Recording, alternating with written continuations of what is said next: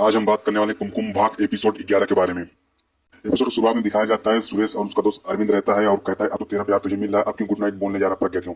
और आगे सुरेश अरविंद को कहता है कि प्रज्ञा मेरी सबसे अच्छी दोस्त है, वो मेरी लाइफ की सबसे बड़ा सपोर्ट है।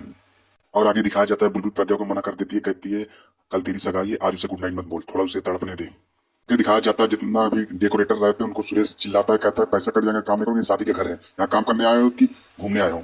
और सरला आ जाती है सुरेश से, कहती है कि तुम्हारी सगाई, तुम ऐसे क्यों काम कर रहे हो।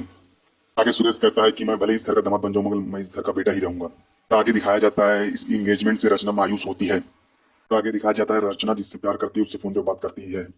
वहां प्रज्ञा आ जाती है, प्रज्ञा को सब पता चल जाता है और फिर रचना प्रज्ञा को सब बताती है कि वो उससे प्यार करती है। और आगे रचना कहती है कि हर लड़का सुरेश भैया की तरह सच्चा नहीं होता और आप जैसे लकी नहीं होता। और आगे दिखाया जाता है अभी को पता चलता है कि उसका भाई आकाश और उसकी फियोन्सी लड़ रहे होते हैं और वहां अभी आता है।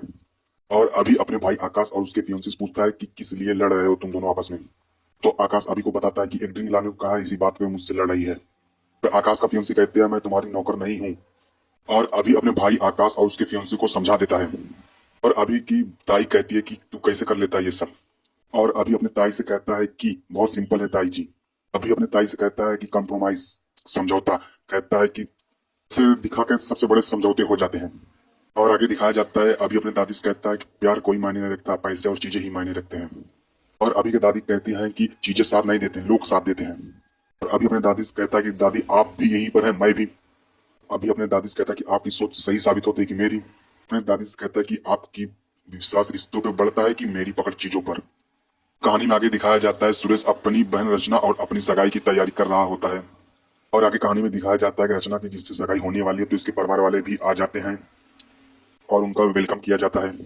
और आगे कहानी में दिखाया जाता है कि सुरेश की माँ सरला से पूछती है कि पहले रचना की सगाई करेगी सुरेश की। सरला आगे कहती है कि दोनों बच्चे आपके घर के ही हैं, जैसे आपकी मर्जी। और सुरेश की माँ कहती है सुरेश बड़ा भाई है तो पहले उसकी सगाई कर लेते हैं। आगे सरला कहती है जैसे ठीक लगे।